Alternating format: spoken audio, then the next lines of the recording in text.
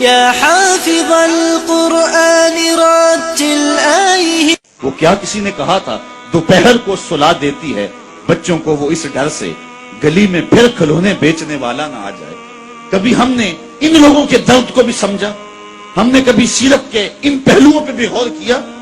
آج ہم اپنی بیٹی کی شادی کرتے ہیں تو اس کا جہیز چارپائیوں پہ بچھا دیتے ہیں، اور ہمارے دیہاتوں میں رواج ہے کہ خاتون کو کہتے ہیں کہ جاؤ پورے محلے میں پوری بستی میں جا کے ڈھنڈورا دے دو کہ بیٹی کا جہیز دیکھ جاؤ. یار دیا تو اپنی بیٹی کو ہے اور تحفہ دے رہے ہیں، لوگوں کیوں دکھلا رہے ہیں؟ صرف داد وصول کرنے کے لیے. ملک صاحب نے، خان صاحب نے، چودھری صاحب نے حد کر دی، کمال کر دی، بڑا دیا، اپنی بیٹی کا گھر بھر دیا. یار تم نے تو داد وصول کر دی. چوپالوں میں بیٹھکوں میں تذکرہ بھی چلا، تندوروں پہ عورتیں باتیں بھی کرنے لگی، تمہارے نام کے جھنڈے بھی گڑ گئے، لیکن تم نے نہ سوچا تمہاری بیٹی کا جہیز دیکھنے کے لیے یتیم بچیاں بھی آئیں.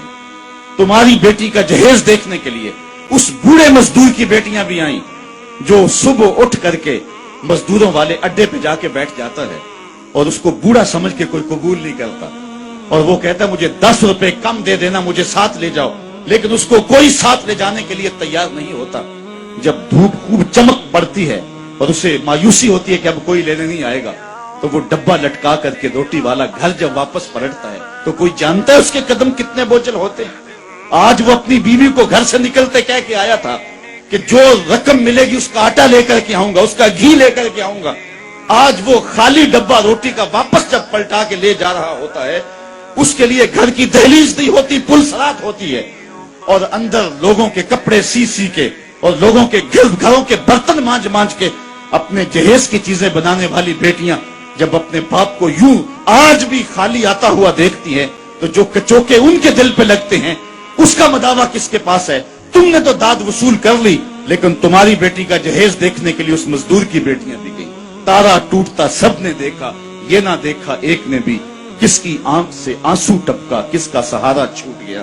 کاش کہ ان درد مندوں کا بھی ہم نے حال پوچھا ہوتا اور ان دکھیوں کے رشتے ہوئے زخموں پر بھی ہم نے مرہم رکھی ہوتی اور حضور کی سیرت کے پیغام کو ہم نے سمجھا ہوتا، اور ہم اپنی معاشرت اور اپنے ارد گرد کے ماحول کے اندر ان چیزوں کو، اپنے محلے اور اپنی گلی کے اندر ان چیزوں کو دیکھا ہوتا. صاحب رات کی تنہائی کے اندر غریب کے گھر میں جا کے جو ہے وہ پیسے پھینک آنا یہ بہت مشکل کام ہے. اس سے معاشرے میں داد نہیں ملتی ہے.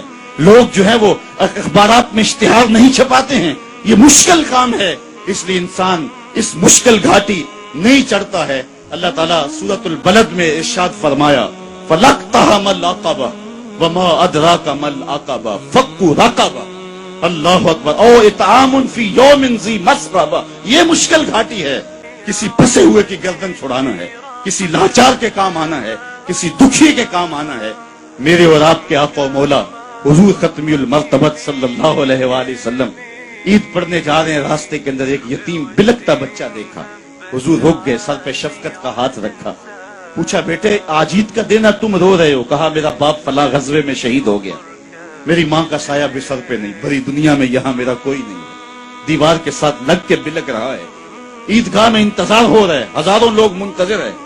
آقا کریم نے دل جوئی یتیم کو، یتیم کی دل جوئی کو اتنا مقدم سمجھا کہ اس کو لے کے واپس گھر آئے اور آ کے کہا کہ اس کو لباس دیا جائے، اس کو کھانا کھلایا جائے، اور اس کو جیسا حسنین کریمین کو لباس دیا گیا تھا ایسا اس بچے کو پہنایا گیا، کھانا کھلایا گیا.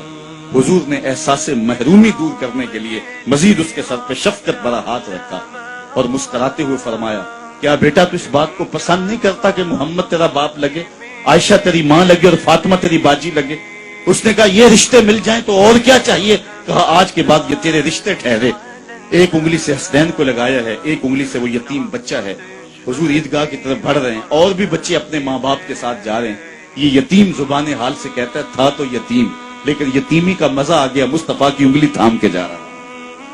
تو حضور علیہ السلام کی سیرت جب نسل نو کے سامنے رکھیں،